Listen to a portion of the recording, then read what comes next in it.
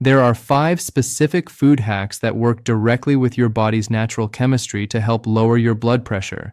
But most people, especially seniors, are missing the most important part of the equation. You might be eating the right healthy foods, but if you are preparing them the wrong way or eating them at the wrong time, you could be accidentally destroying the very compounds that help your arteries relax. We often focus so much on what to take out of our diet, like salt or fat, that we forget that adding specific compounds can be just as powerful, provided you handle them correctly.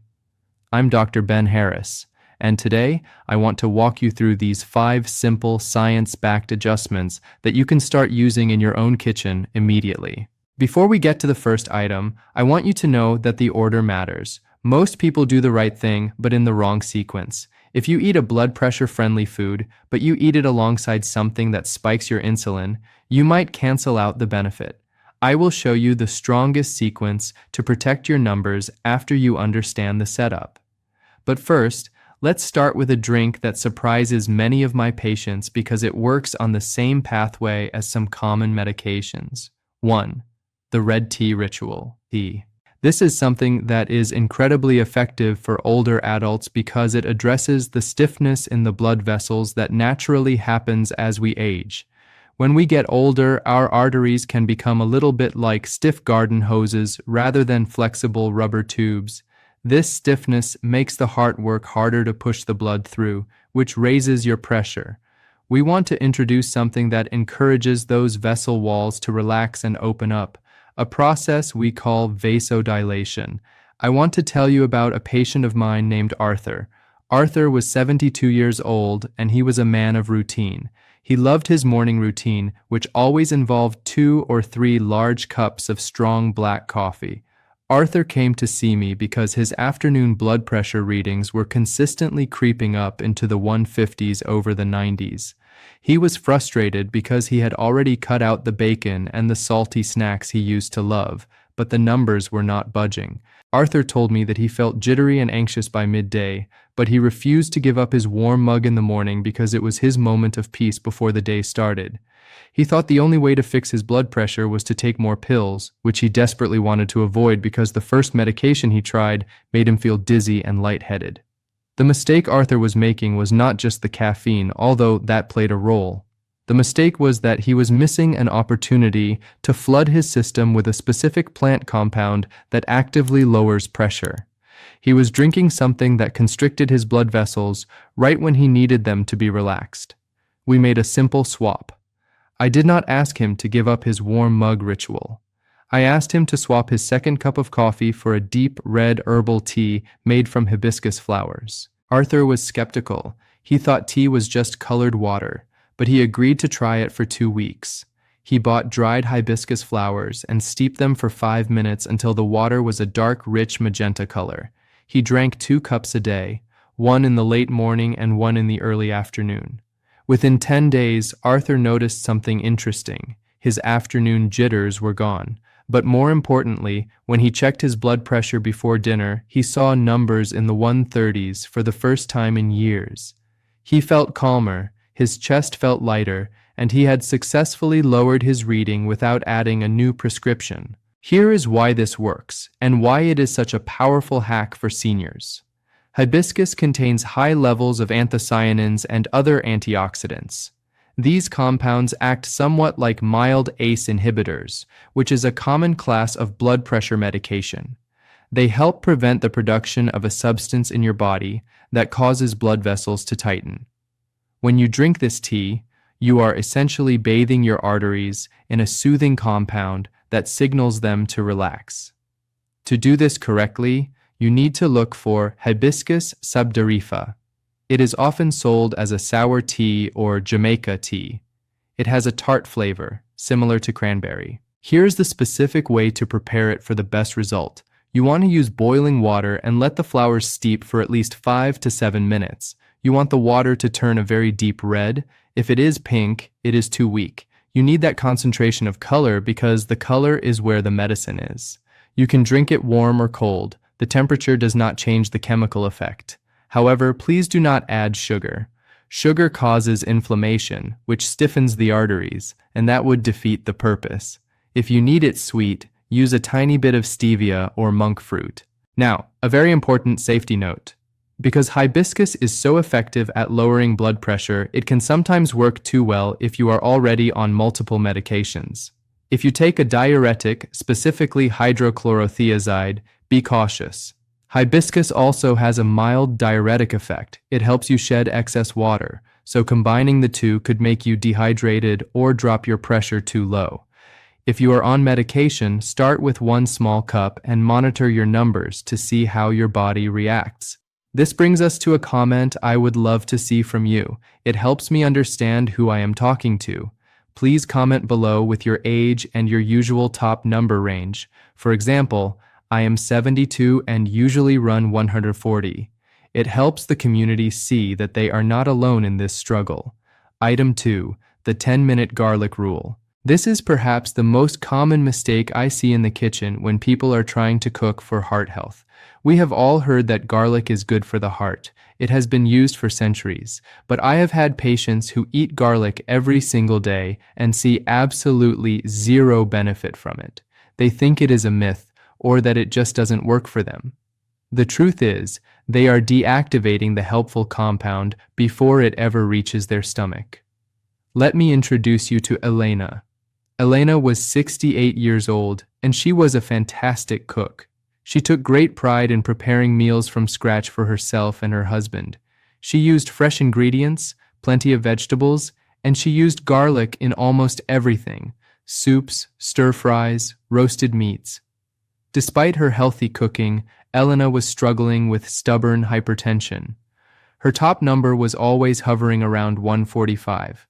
She told me, "Dr. Ben, I eat garlic every day. I smell like garlic. Why is my pressure not coming down?" When I asked her to walk me through exactly how she cooked, we found the problem immediately. Elena would chop her garlic and instantly throw it into the sizzling hot pan with olive oil. She loved that smell of searing garlic, but by doing that, she was destroying the very enzyme she needed. You see, raw garlic does not actually contain the active compound, which is called allicin. Allicin is the magic ingredient that helps relax blood vessels and improve blood flow. Raw garlic contains a precursor called alliin and an enzyme called alliinase. These two are stored in different parts of the garlic clove. They only mix when you crush, chop, or chew the clove. Here's the catch, and this is the hack that changes everything. The chemical reaction that creates allicin takes time. It is not instant. It takes about 10 minutes for the enzyme to fully convert the precursor into active allicin. Furthermore, the enzyme is extremely heat sensitive. If you chop the garlic and throw it into the heat immediately, you kill the enzyme before it has finished its job. You get the garlic flavor, but you get almost none of the medical benefit. Elena changed her method. She started what we call the chop and wait technique. She would smash and chop her garlic first thing when she entered the kitchen. Then, she would set a timer for 10 minutes and go about chopping her onions, washing her greens, or setting the table. Only after 10 minutes had passed would she add the garlic to her cooking. This simple pause allowed the allicin to develop fully. Once the allicin is formed, it is much more resistant to heat. By waiting, she ensured that the medicine survived the cooking process. After a month of doing this and making no other major changes, Elena's numbers began to soften. She felt more confident that her healthy diet was actually paying off. It is a small adjustment, but when you do it every day, the cumulative effect on your arterial health is significant. So, here's how you do it. Take 2 cloves of fresh garlic. Do not use the stuff in the jar that has been sitting in oil for months. That often has very little activity left. Use fresh bulbs. Smash them with the flat side of your knife or put them through a press. Let that crushed garlic sit on your cutting board, away from heat, for 10 to 15 minutes. During this time, the garlic is essentially activating. After the time is up, you can sauté it, roast it, or put it in your soup. This ensures you are getting the maximum amount of sulfur compounds that support healthy blood pressure. Another helpful step is to verify you are using enough. 1 tiny slice is likely not enough to move the needle. Aim for 1 to 2 cloves per person in your meal. If you have a sensitive stomach, you can start with less, but the weight technique often makes it a bit easier to digest as well. This supports steadier readings because you are consistently providing your body with nitric oxide boosters. Nitric oxide is a gas your body makes to tell your arteries to expand. As we age, we make less of it. Using garlic correctly helps compensate for that natural decline. If you are finding these practical tips helpful, please consider subscribing to the channel. I share these tips to help you navigate your health with clarity and calm. Item 3. The timing hack. This next point is not about what you eat, but about when you measure the result of what you eat. This is strictly about getting an accurate reading because false readings lead to false fear, and fear raises your blood pressure even more. It is a vicious cycle that I see far too often in my older patients. I want to talk about Thomas. Thomas was 75, a retired engineer. He was a man who loved data. He bought a very expensive home blood pressure monitor, and he checked his numbers religiously every single morning. The problem was that his numbers were all over the place. One day it would be 130, the next day it would be 160. He was terrified. He thought he was on the verge of a stroke every other morning. Thomas brought me his logbook, and it looked like a roller coaster. I asked him a very specific question. Thomas, walk me through your morning, minute by minute. When exactly do you put the cuff on your arm? He explained that he would wake up, get dressed, go to the kitchen, have his bowl of oatmeal and his cup of coffee, maybe read the newspaper for a bit, and then, once he felt settled, he would sit down and take his blood pressure. This was the mistake. Thomas was measuring his blood pressure during active digestion. When you eat, your body has to work to digest that food. To do this, your body diverts a significant amount of blood flow to your stomach and intestines. This is called splanchnic circulation. In older adults, the cardiovascular system is not as adaptable as it was when we were 20. For some seniors, when blood rushes to the gut, the heart has to pump harder to maintain pressure in the rest of the body, causing a spike. For others, the pressure might actually drop too low because the blood is pooling in the abdomen, leading to a false low reading that masks the real issue. In Thomas's case, the combination of digestion and the caffeine from his coffee was driving his numbers up artificially. We implemented a strict food-free window for his measurements. I told Thomas that from now on, the cuff goes on his arm before he eats or drinks anything other than water. The protocol I gave him, and the protocol I want you to follow, is this. You wake up. You use the restroom to empty your bladder because a full bladder can add 10 to 15 points to your reading. You sit in a comfortable chair with your back supported and your feet flat on the floor. You sit quietly for 5 minutes. No TV, no talking, no phone. Then you take your measurement. Only after you have that number do you go to the kitchen for breakfast. Thomas was amazed. When he switched to this timing, his roller coaster disappeared. His readings stabilized around 135. It was still a little elevated, but it was not the emergency level 160 he was seeing before. He realized he wasn't getting worse. He was just measuring a physiological stress response to eating. This clarity gave him peace of mind, and interestingly, once his anxiety about the numbers went down, his average blood pressure dropped another 5 points simply because he stopped panicking. This is a critical hack for anyone over 60. Your body works differently now. Digestion is a workload. You would not take your blood pressure while running on a treadmill, right? You would expect it to be high. Well, for your internal organs, digesting a heavy meal is a bit like running on a treadmill. So, the rule is the 30-minute empty stomach rule. If you have already eaten, you must wait at least 30 minutes, but ideally 60 minutes before checking your pressure, and avoid caffeine or smoking for at least 30 minutes before a check as well. One more easy change is to make sure your arm is at heart level. If your arm is dangling down at your side, the reading will be higher. If it is held up too high, the reading will be lower. Rest it on a table so the cuff is level with your chest. Most older adults can try this safely and immediately. It costs nothing, but it makes your data reliable. If you are taking medication based on false high readings caused by breakfast, you might end up over-medicated, which brings its own set of dangers like dizziness and falls. If you find that your blood pressure drops significantly after you eat, meaning you feel dizzy, weak, or sleepy right after a meal, you might have something called postprandial hypotension. This is common in seniors. If this happens to you, be very careful standing up after breakfast. Take your time. This supports steadier readings and ensures that when you talk to your doctor, you are giving them the truth about your heart health, not just a reaction to your oatmeal. We have covered the red tea that relaxes vessels, the garlic trick that preserves the medicine, and the timing hack that ensures you aren't scaring yourself with false numbers.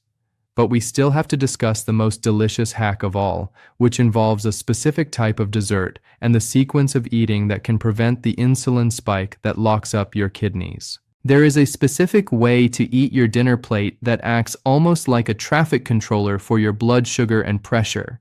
I am going to explain exactly how to structure your meal in the second part of this video, along with a sprinkle you can add to your food that balances out the salt you might have eaten earlier. 4. The bitter dessert. We are often told that to lower blood pressure, we have to suffer. We have to eat bland food, give up everything we love, and never look at a dessert menu again. But there is one specific treat that, when eaten correctly, actually helps your blood vessels dilate. I want to tell you about Martha. Martha was 71 and she had a very common problem. She had been put on a very strict diet by her previous doctor. No salt, no sugar, no fat. She was miserable. She felt deprived every single day. And because she felt deprived, she would eventually snap. Once or twice a week she would binge. She would eat half a cake or a bag of cookies, and then she would feel guilty, and her blood pressure and blood sugar would skyrocket. Martha came to me feeling defeated. She said, "Dr. Ben, I have no willpower." I told her, "Martha, the problem isn't your willpower. The problem is that your diet is unsustainable. You need a release valve." I prescribed her chocolate, but not just any chocolate. I introduced her to the concept of high flavanol cocoa. You see, the cocoa bean is actually a seed, and like many seeds, it is packed with nutrients. One of the most potent nutrients in cocoa are flavonols. These are compounds that stimulate the lining of your arteries, the endothelium, to produce nitric oxide. We talked about nitric oxide earlier with the garlic. It is the gas that tells your arteries to relax. When your arteries relax, there is less resistance to blood flow and your pressure goes down. The problem is that most commercial chocolate is stripped of these flavonols. It is processed with alkali, which is called Dutch processing, to make it taste milder and look darker. This processing destroys the medicine. Then they load it with sugar and milk, which adds inflammation. I told Martha to look for dark chocolate that was at least 85% cocoa. I warned her, it will be bitter. It will not taste like a candy bar. It will taste like a plant. She started having one small square, about half an ounce, every day after her lunch. At first she found it too bitter, but she let it melt slowly on her tongue instead of chewing it. By doing this, she started to appreciate the complex flavor. Here is what happened. That small square satisfied her need for a treat. She stopped feeling deprived. The binge eating stopped completely because she knew she was allowed to have her chocolate every day. And over the course of 3 months, that small daily dose of flavonols helped nudge her systolic pressure down by about 4 points. It wasn't a miracle cure on its own, but combined with the fact that she wasn't binging on sugar anymore, it made a huge difference. So, here is how to do it. You are looking for a bar that says 85% cocoa or higher. If it says 70%, it still has too much sugar for what we are trying to achieve. Check the ingredients. If sugar is the first ingredient, put it back. You want cocoa mass or cocoa butter to be the first ingredients. The timing is important here too. Do not eat this late at night. Cocoa contains theobromine and a small amount of caffeine, which are stimulants. If you are sensitive, eating it at 8 p.m. might keep you awake, and poor sleep is terrible for blood pressure. The best time is after lunch. It signals to your brain that the meal is over, and it gives you a nice lift for the afternoon. Another helpful step is to pair it with a few raw almonds or walnuts. The healthy fats in the nuts help your body absorb the antioxidants from the chocolate. This is easy on the joints and easy on the soul. It changes your mindset from "I am on a diet" to "I am nourishing my body." Before we move on to the next food sequence, I want to check in on another important metric. High blood pressure and high blood sugar often go hand in hand. Please comment below with your fasting blood sugar number and your age. Seeing how these two numbers relate helps us all understand the bigger picture of metabolic health. Item 5. The green starter sequence. This is the open loop I mentioned at the start of the video. The order in which you eat your food matters just as much as what you are eating. This is a hack that addresses both blood pressure and blood sugar simultaneously, which is critical because insulin resistance is a major driver of high blood pressure in seniors. Let me introduce you to James. James was 66. He had what we call metabolic syndrome. His blood pressure was borderline high, his blood sugar was creeping up into the pre-diabetic range, and he carried a bit of weight around his middle. James loved his carbohydrates. He loved potatoes, rice, and bread. He would often sit down to a meal of roast chicken, mashed potatoes, and green beans, and he would eat the mashed potatoes first because they were his favorite. He complained to me about food comas. About an hour after lunch, he would feel exhausted and need a nap. This was his blood sugar spiking and then crashing. But what he didn't realize was that during that spike, his body was pumping out insulin. Here's the connection that most people miss. Insulin tells your kidneys to reabsorb sodium. When you have high insulin levels, your kidneys hold onto salt and water. They stop flushing it out. This fluid retention raises your blood volume, which raises your blood pressure. So every time James spiked his sugar, he was inadvertently spiking his pressure too. I taught James the green starter rule. I did not tell him to stop eating potatoes. I told him to change the order of his fork. The rule is simple: fiber first, protein and fat second, carbs last. For James, this meant he had to eat his green beans first, all of them. Then he could eat the chicken, protein and fat. And only after he had finished those could he eat the mashed potatoes. Why does this work? When you eat the fiber, the vegetables first, it creates a mesh in your small intestine. It physically slows down the digestion of the meal. When you finally eat the carbohydrates at the end, they hit your system much more slowly. You don't get the massive sugar spike. You don't get the massive insulin spike. And because insulin stays lower, your kidneys are able to flush out sodium more effectively. James tried this for a week. He came back amazed. "Dr. Ben," he said, "I didn't fall asleep after lunch yesterday." His energy was stable, and when we checked his blood pressure a month later, it was down significantly. He was eating the same food, just in a different order. This is a powerful lever you can pull at every single meal. If you are at a restaurant, eat the side salad before you touch the main course. If you are at home, eat the broccoli before the rice. Most older adults can try this safely. It requires no medication changes, no new groceries, and no deprivation. It just requires a little bit of discipline with your fork. One more easy change is to dress that green starter with olive oil and vinegar. The vinegar, acetic acid, further helps to blunt the blood sugar response, making the hack even more effective.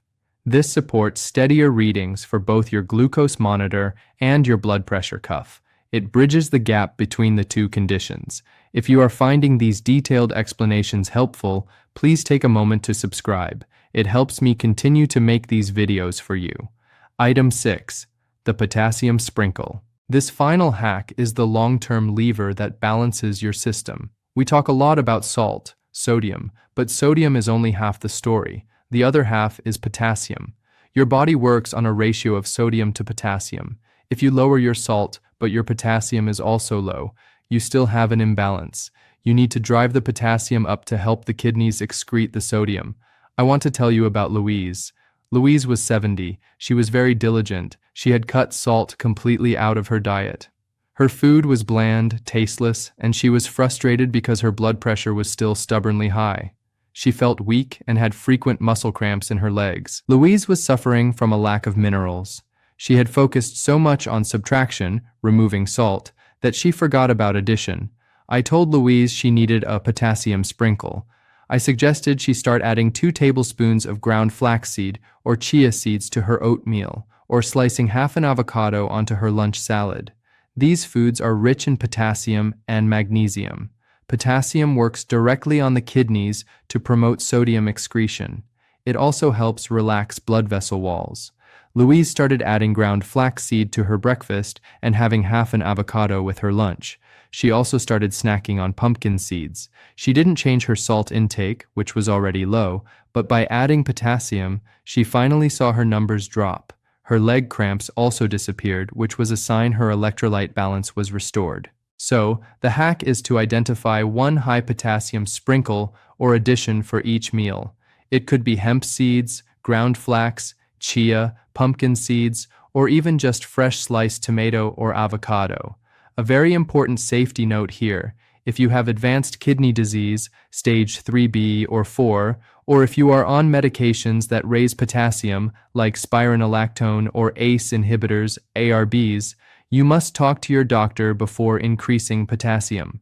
For most people, getting potassium from food is safe, but if your kidneys cannot filter it, it can be dangerous. For the majority of seniors with normal kidney function, this is the missing link. It is not just about avoiding the shaker. It is about embracing the potassium. This supports steadier readings by restoring the natural electrical balance of your cells. 7.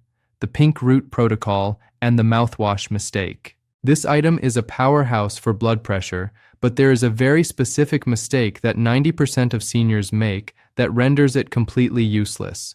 If you do not understand this connection, you can eat this food all day and see zero results. I want to introduce you to Robert. Robert was 74 years old. He was a retired mechanic, a man who liked to fix things. He had read online that beetroot juice was a miracle for blood pressure, and he was right. The science on beets is incredibly strong. So Robert started drinking a glass of beetroot juice every morning. He hated the taste. He said it tasted like dirt, but he drank it because he wanted to fix his heart.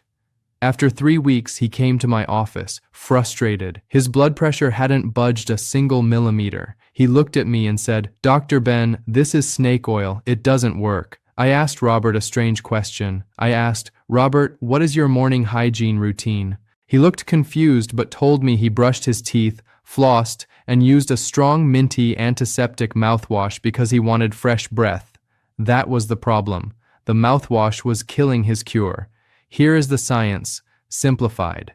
Beets are rich in dietary nitrates, but your body cannot use nitrates directly.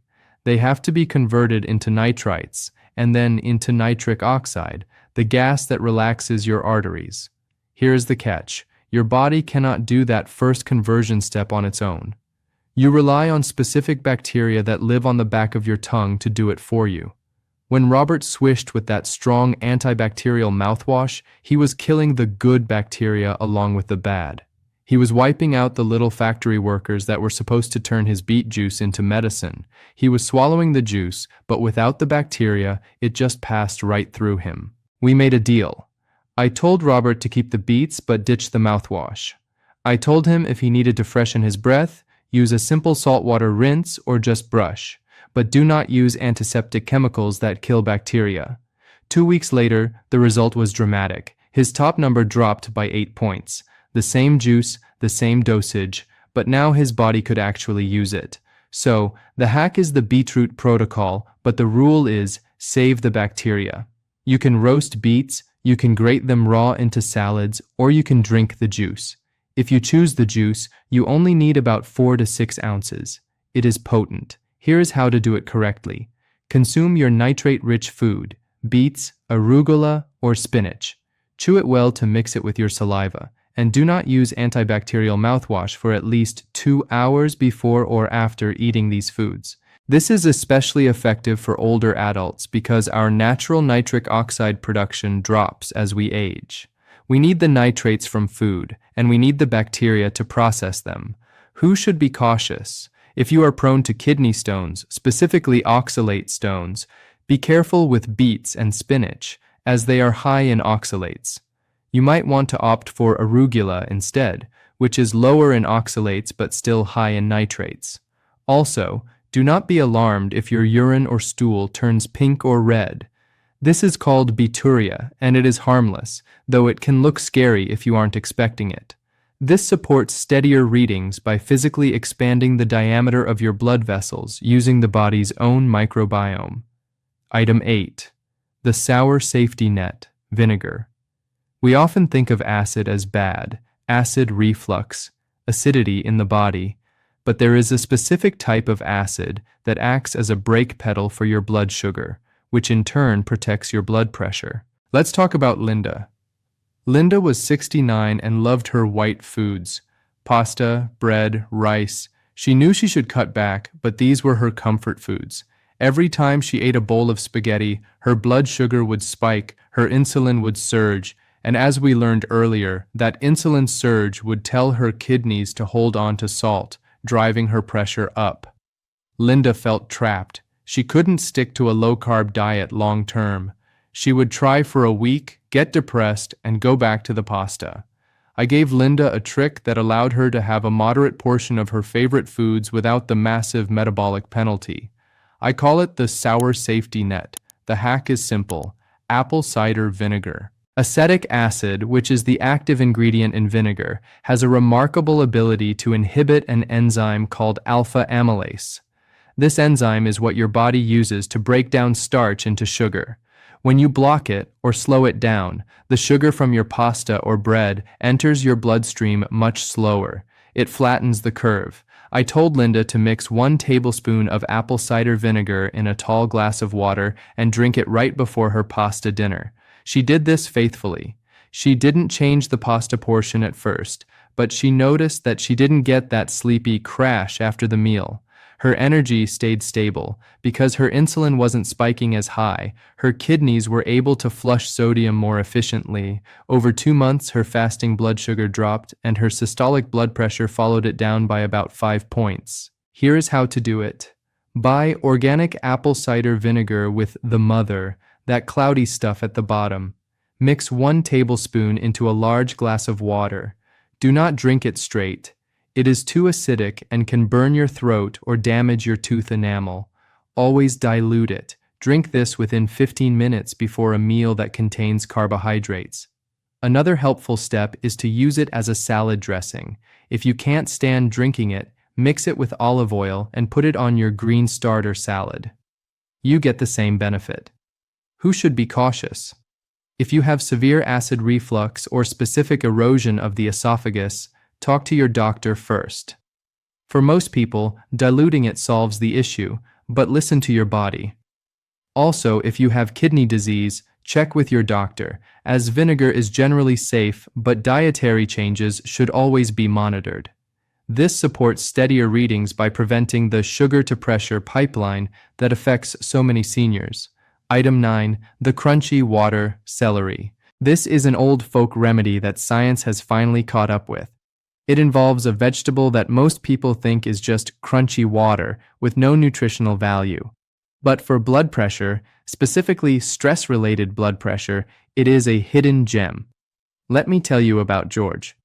George was 72, a man who carried his stress in his shoulders. He was a worrier. His blood pressure was reactive. If he saw a bad news report, it went up. If he worried about his grandkids, it went up. He was in a state of constant, low-level fight or flight. His arteries were constricted not because of plaque, but because of tension. The smooth muscles around his arteries were tight.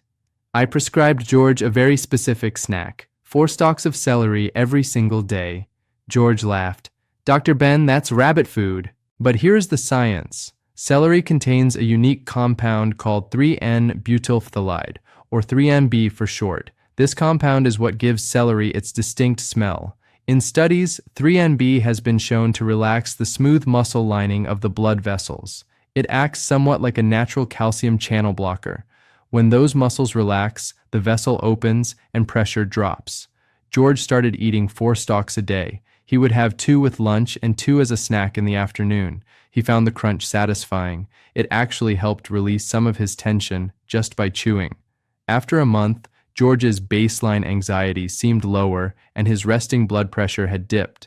It wasn't a massive 20-point drop, but it was a solid, consistent 6-point reduction that didn't require a pill. Here is how to do it. You need about 4 stalks a day to get the therapeutic dose of phthalides. You can eat them raw, you can juice them, or you can cook them into soups. The compound is relatively heat stable, but raw is usually best for getting the fiber benefit as well. One more easy change is to pair the celery with a little bit of peanut butter or hummus. The fat helps you absorb the fat-soluble vitamins in the vegetable. Most older adults can try this safely. It is just a vegetable. However, celery is a natural diuretic, so you might find you are visiting the restroom a little more often. This is actually a good thing. It means your body is shedding excess fluid, which helps lower pressure further. This supports steadier readings by chemically telling the muscles in your arterial walls to chill out. 10.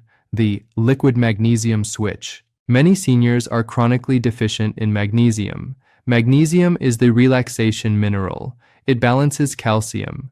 Calcium contracts muscles. Magnesium relaxes them.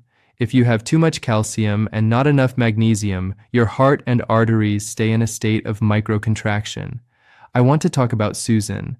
Susan was 67 and suffered from occasional heart palpitations and leg cramps at night, alongside her high blood pressure. She was drinking plenty of water, but she was drinking filtered, purified water from a plastic jug. Susan didn't realize that her water was dead. The filtration process had stripped out all the minerals. She was hydrating, but she wasn't mineralizing. I suggested a simple switch. I asked her to check the label of her water, or consider a mineral water that is naturally high in magnesium. There are waters available that contain over 50 milliliters or even 100 milliliters of magnesium per liter naturally. Susan switched her daily water intake to a high mineral brand. It was a small change, just buying a different bottle. Within a week, her leg cramps vanished. Within a month, her palpitations were gone and her blood pressure was softer. She was finally giving her vascular system the magnesium it needed to let go. Here is how to do it.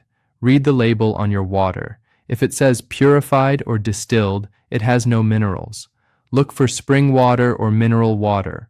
Look at the analysis on the back. You want to see magnesium listed.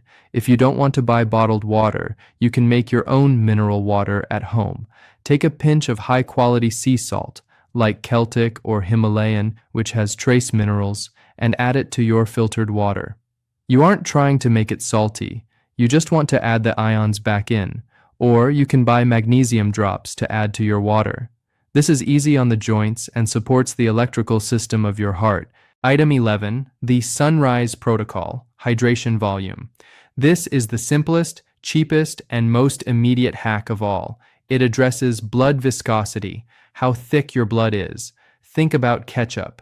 If ketchup is thick, it is hard to pump it out of the bottle. You have to squeeze hard. If you add water to it, it flows easily. Your blood is the same. When you wake up in the morning, you are dehydrated. You haven't drunk anything for 8 hours, but you have been breathing out moisture all night. Your blood is at its thickest and stickiest first thing in the morning. This is one reason why strokes and heart attacks are most common in the early morning hours. Let's look at Michael, 76. His highest readings were always at 7 a.m. He would wake up, have a cup of coffee, which is a diuretic, and start his day. He was effectively dehydrating himself further right when his blood was already thick. I gave Michael the Sunrise Protocol. The rule is, before your feet touch the floor, or at least before you touch the coffee pot, you must drink 2 tall glasses of warm water. That is roughly 16 to 20 ounces. Michael started keeping a carafe of water on his nightstand. As soon as his alarm went off, he sat up and drank. By rehydrating immediately, he increased his blood volume with fluid, making the blood less viscous. His heart didn't have to pump as hard to move the sludge. It was pumping water instead of ketchup. His morning readings dropped by 10 points simply because of hydration. He felt more awake, his brain fog cleared, and his digestion improved. Here's how to do it.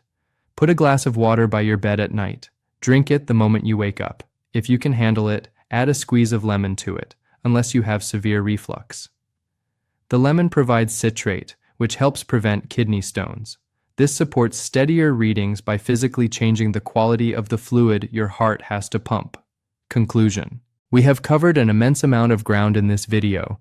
We started with the red tea ritual of hibiscus and the 10-minute garlic rule to activate medicine in your food. We talked about the importance of the timing hack so you aren't measuring your digestion instead of your blood pressure.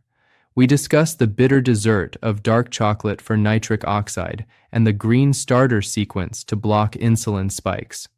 We added the potassium sprinkle to balance your sodium. Then we moved to the advanced class, the pink root protocol with beets and avoiding mouthwash, the sour safety net of vinegar, the crunchy water of celery for stress, the liquid magnesium switch, and finally, the sunrise protocol to thin your blood every morning. You do not have to do all 11 of these things tomorrow. That would be overwhelming. I want you to pick one, just one. Maybe tomorrow you start drinking the water first thing in the morning. Do that for a week until it becomes automatic. Then maybe you buy a bag of hibiscus tea. Health is not a sprint, it is a marathon. And at our age, it is about consistency, not intensity. These are gentle, natural levers that work with your body to restore the balance that time has taken away. I'm Dr. Ben Harris. My goal is to help you live a longer, quieter, and healthier life with simple tools you can find in your grocery store. If you found this complete guide helpful, please share it with someone you love who is struggling with their numbers. And don't forget to subscribe for more senior-friendly health tips. I will see you in the next video.